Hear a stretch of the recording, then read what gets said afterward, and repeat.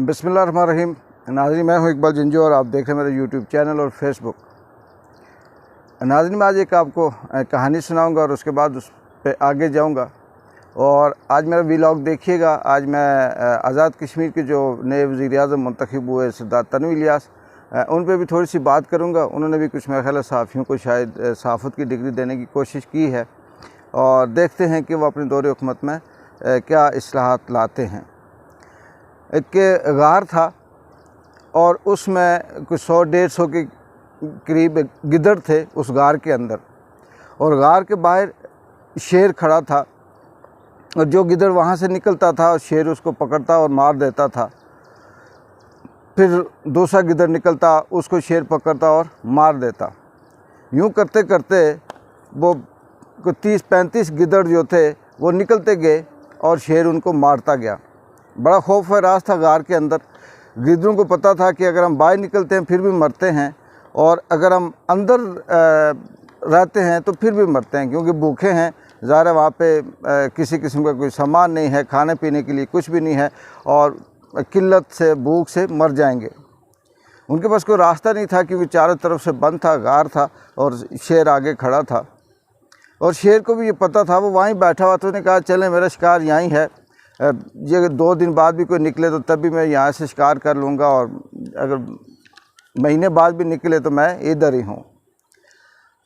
ये अंदर डिस्कस चल रही थी गिदड़ों में कि किस तरह से जान बचाई जाए। तो वहाँ एक सियाना गिदड़ था, उसने उनसे कहा कि आप अगर मेरा साथ दें तो मैं कोशिश करता हूँ, हम बच सकते हैं। उन्होंने कहा ठीक है। सब ने एग्री किया। गिदड़, वो जो सियाना गिदड़ था, वो आगे हुआ और निकलने लगा। तो शेर ने उस पर हमला करने की कोशिश की, तो गिदड़ ने एकदम से पंजा आगे किया और उसे रोका। शेर को कहा कि खबरदार आगे बढ़ा, क्योंकि ताकत मेरे अंदर भी है और तेरे अंदर भी होगी। मैं भी इसी जंगल में रहता हूँ, इसी दुनिया में रहता हूँ, और तुम भी इसी जंगल के वासी हो। और साथ ये भी कहा कि अगर छेड़ने की कोशिश की तो मेरे साथ, मेरे पीछे जो 60-70 मेरे फैमिली के लोग हैं, ये इतने बहादुर हैं, ये इतने सख्त हैं कि ये तेरी चमड़ी उधेड़ देंगे और तुझे यहाँ पे भागने का रास्ता नहीं मिलेगा। शेर ने जब ये सुना तो उसे समझ आई कि शायद कोई गड़बड़ है। वो रुका और उसने देखा कि अब ये काम यहाँ नहीं चलेगा। तो उसने उसे कहा कि मैं तो ऐसे मजाक कर रहा था, ये आप सही हो, आप बड़े अच्छे हो, बड़े बहादुर हो, किसी नस्ली ख़ानदान से हो, तो छोड़ो ये लड़ाइयाँ शड़ाइयाँ झगड़े शगड़े। अब ऐसा करते हैं कि मिल के हम अपने जंगल की जो है वो इस्लाह करते हैं और यहाँ बेहतरी लाते हैं। बात वही है कि जब कोई हमला कर रहा होता है, जब धमकी दे रहा होता है, तो जब तक वो धमकी, उसकी धमकी समझी जाती है और उस धमकी को सुनने के बाद, लेने के बाद उसकी यस में हाँ मिलाई जाती है, तब तक तो वो शेर जो है वो धमकी दे रहा होता है, चाहे वो वडेरा हो, नंबरदार हो, चौधरी हो, वो दे रहा होता है। और जब कोई शख्स उसके आगे खड़ा हो जाए तो वो वहाँ पे वो उसी शेर की तरह यही कहता है कि आओ मिल के फिर दुनिया की इस्लाहात करते हैं। हमीद गुल की वीडियो, बहुत सी छोटे छोटे क्लिप बड़े मशहूर हुए, बड़े वायरल हो रहे हैं आजकल भी। उसने भी कहा था कि मैं चीफ़ ऑफ आर्मी स्टाफ बन सकता था, लेकिन इसलिए नहीं बना कि अमेरिका की मर्ज़ी नहीं थी, और जिस दिन उसकी मर्ज़ी हुई तो मैं बन जाऊंगा, या वही बनता है जो उसकी मर्ज़ी से बनता है। फिर उसने ये भी कहा था कि एक वक्त आएगा कि जिस दिन किसी ने अमेरिका के आगे नो कह दिया तो उसके बाद वो पीछे हट जाएगा। और उसने ये भी कहा कि वो बहादुर नहीं है, सिर्फ उसके आगे नो कहने की देर है, आगे वो समझ जाता है और वो सारा मामलात करता है। इसी तरह ये जैसे जो बहुत से हमारे साथी हैं, वो ये कहते हैं कि यार ये मरासले आते रहते हैं, इससे पहले भी आए, और ये सफारतकार हैं, इनका काम ये होता है कि ये वीकली इसी तरह से मिनट ऑफ मीटिंग्स जो है वो भेजते हैं। बात सही है, वो भेजते रहे हैं, माजी में भी मरासले आते रहे। बेनज़ीर की जगह नवाज शरीफ आता रहा, नवाज शरीफ की जगह बेनज़ीर आती रही, उसकी जगह मुशर्रफ आता रहा, उसकी जगह फिर कोई और आता रहा। ये सारी चीज़ें होती रहीं, लेकिन इस दफ़ा उसने एक गलत शख्स को मरासला भेज दिया, एक गलत सुराख के अंदर उंगली डाल दी। बहुत से दोस्तों के ये सवाल हैं कि इमरान खान भी तो उसी की मर्ज़ी पे या उसी के कहने पे आया था। बात तो सही है कि पार्टनरशिप तो की थी कि भाई मिल के दुनिया को चलाएंगे या मिल के बराबरी की बुनियाद पे काम करेंगे, लेकिन जब बराबरी की बुनियाद पे नहीं हुई बात तो मामला वहाँ से ख़राब हो गया।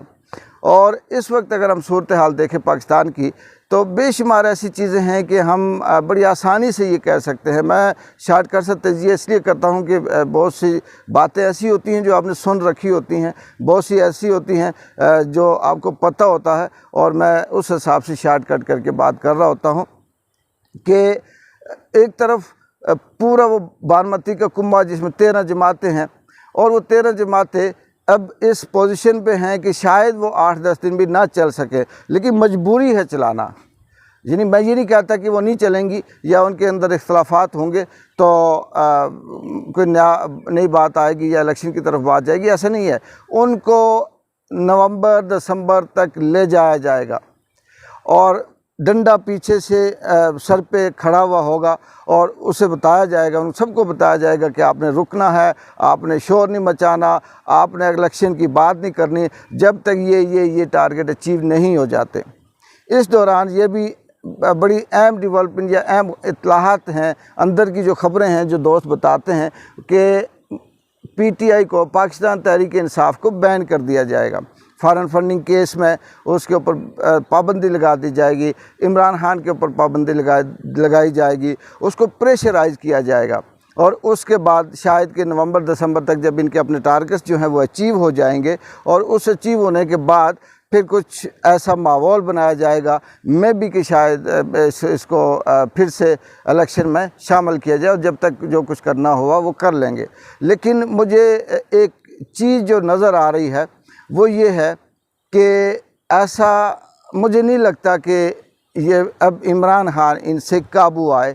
ये मुझे नहीं लगता कि इमरान खान को पाबंद करके, बैन करके, बंद करके, उसकी पार्टी को कलादम करार देकर ये कुछ अपने टारगेट अचीव कर पाए। क्योंकि जिस तरह से अवाम अब निकलना शुरू हुई है, जिस तरह से लोगों के अंदर शऊर आया है, जिस तरह से लोग इस चीज़ को समझ चुके हैं, उस तरह से मुझे लगता है कि अब उन्हें किसी लीडर की ज़रूरत नहीं है।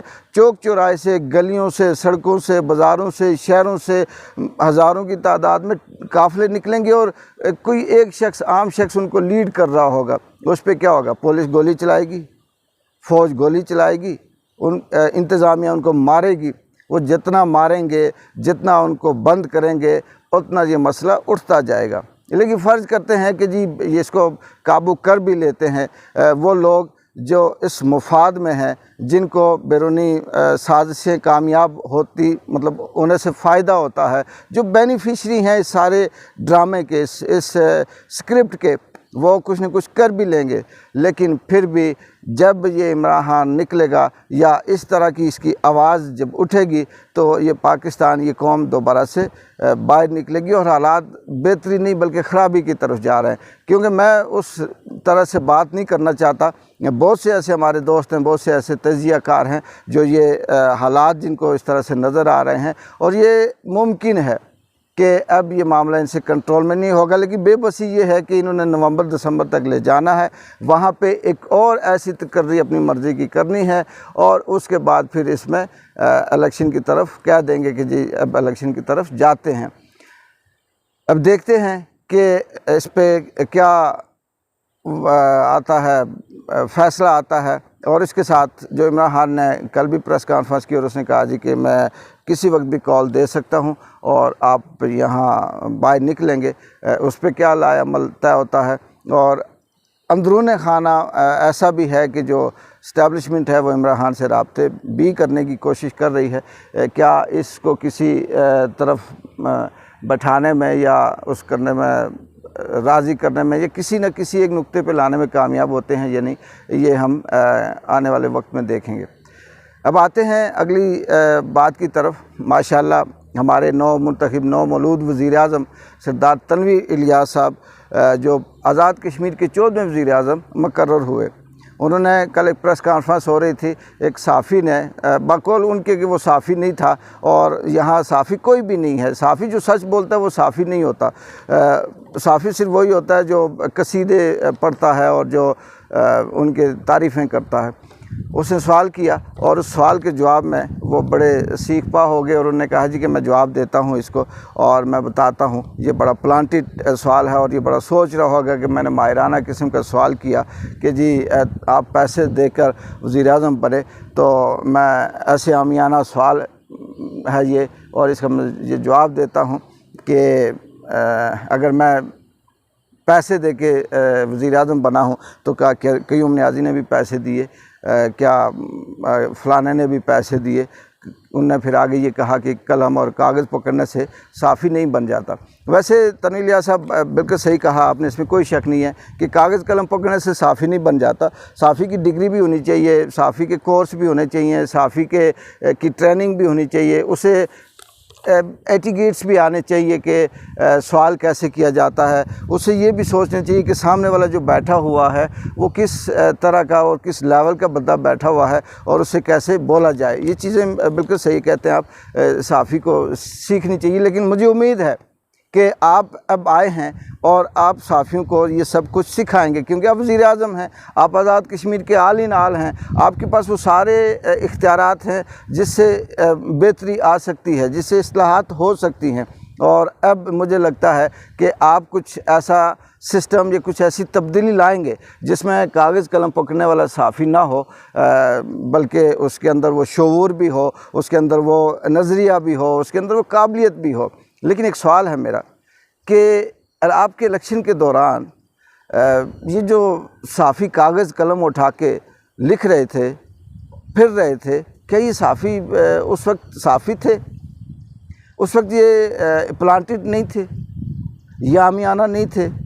उस वक्त जो तजिए अपनी तरफ से लिख रहे थे कि सिद्धार्थ तनवीर इलियास आया और हल्का वस्ती बाग में इसने सबको आगे लगा दिया, क्या ये आमियाना किस्म का सवाल नहीं था, तजिया नहीं था?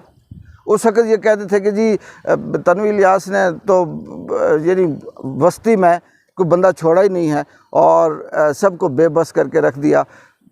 इसको क्या कहते हैं, त्राबी साहब वो उनके हक़ में आ गए, राजा खुर्शीद साहब उनके हक़ में आ गए, बेगम नसीब साहिबा उनके हक़ में आ गई, बड़े बड़े जो बुर्ज थे वो उलट गए। क्या ये तजिए उस वक्त प्लांटेड नहीं थे? सर चले आप बेहतरी लेके, सवाल तो कुछ भी हो सकता है। आपसे तो ये भी सवाल पूछा जा सकता है कि बाहर लोग ये कह रहे हैं कि सिद्धार्थ तनवीर इलियास 6 महीने के लिए आया, अपने नाम के साथ टैग लगाया वज़ीर-ए-आज़म का, और अगर आइंदा 6 माह बाद फिर से अदम एतमाद पेश होगी और उसके बदले में कुछ और हो जाएगा।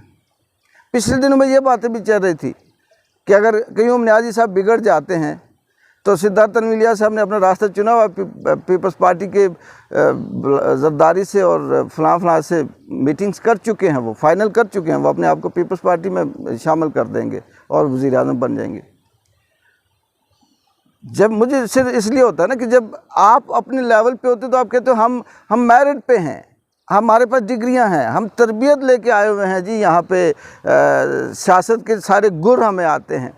और दूसरा जब कोई बात करे तो उसे कहते हो कि जी लफाफे हो और कागज़ कलम से साफ़ी नहीं बन जाते। कि नहीं बन जाते कागज़ कलम से, आप बना दें ना, यहाँ पे आप आए हैं ना, आप बेहतरी लाएँ ना, यूनिवर्सिटियाँ खोलें ना आज़ाद कश्मीर के अंदर सहाफ़त की, ताकि लोग पढ़ें, बच्चे पढ़ें। आप यहाँ मास कम्युनिकेशन के सिस्टम को लाएँ, हलाक करें, डिग्रियाँ कॉलेज आपके पास है, यूनिवर्सिटीज़ आपके पास हैं। मुझे अफसोस उन साफ़ियों पे भी होता है जो साथ बैठे ये हंस रहे होते हैं कि इसने मुझे नहीं कहा, इसने इसको कहा। मैंने तो मास कम्युनिकेशन में मास्टर किया हुआ, मैं लफाफा ये मैं कागज़ कलम वाला नहीं हूँ, ये है। और सर कल आपको भी कह सकते हैं, ये होता है, आप दे सकते हैं धमकी, दौंस धांधली, ये ड्रावा दे सकते हैं, अरबपति हैं हम, 200-200 500-500 के पीछे फिर रहे होते हैं। हम सोच रहे होते हैं कि आज किसी न किसी से 500 रुपये मिल जाए, शाम को शायद उसे बच्चों की रोटी दे दे। साफ़ी यही है, इस मुल्क में यही है। वो जब ये नहीं होगा तो क्या करेगा? और दूसरी बात, जिन साफ़ी ने आपके हक़ में, आपकी अच्छाई में, आपकी तारीफ़ों में पहले 5 मिनट आपकी तारीफ़ें की और उसके बाद सवाल किया, बड़ा आसान से सवाल किया कि आप बड़े आसान से, इजी से और लायक थे और काबिल थे और आपने 3 से 33 सीटें करके रख दी और पीटीआई को ज़मीन से आसमान पर ले गए। ये आवाज़ चलती है, ये किसी की कारकर्दगी नहीं होती। ये जब रुख बदलता है, देखिएगा, मैं नहीं कहता, पाकिस्तान में जब नून लीग, जब पीपल्स पार्टी आएगी तो उस वक्त आप ये 33 सीटें आज़ाद कश्मीर के अंदर बरकरार रखिएगा, तब जाके मज़ा आएगा कि हाँ वाकई आपने वो सब कुछ किया, वो आपके अंदर वो अहलियत, वो काबिलियत है कि आप पाकिस्तान तहरीक इंसाफ को चला सकते हैं। अपनी इज़्ज़त को इज़्ज़त कहें और दूसरे की इज़्ज़त नफ्स को जूती के नीचे रख के कहें कि जी आप बहादुर हैं, तो ये बहादुरी मैं नहीं कह सकता, मैं इससे आगे कुछ नहीं कहूँगा। बहरहाल कोशिश जारी रखिएगा, हम आपके साथ हैं, हमने माजी में भी आपका साथ दिया और आइंदा देखते हैं कि किस लेवल पे आपके जो काम हैं, जो आपके सिस्टम है, जो आपकी पॉलिसीज़ हैं, वो कैसे हैं, उस पर भी इंशाअल्लाह बात होती रहेगी।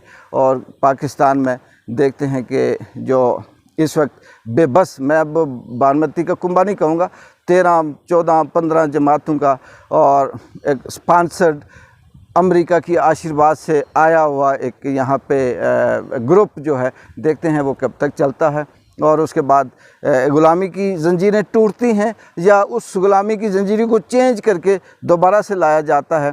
IMF ने भी धमकी दे दी कि भाई अपना काम करो, कोई सब्सिडी ना दो और बाकी ये महंगाई, ये सब कुछ वक्त के साथ अवाम मरती है, जीती है, निकलती है, क्या करती है, इस पर बात होगी। तब तक के लिए इजाज़त दें। अल्लाह।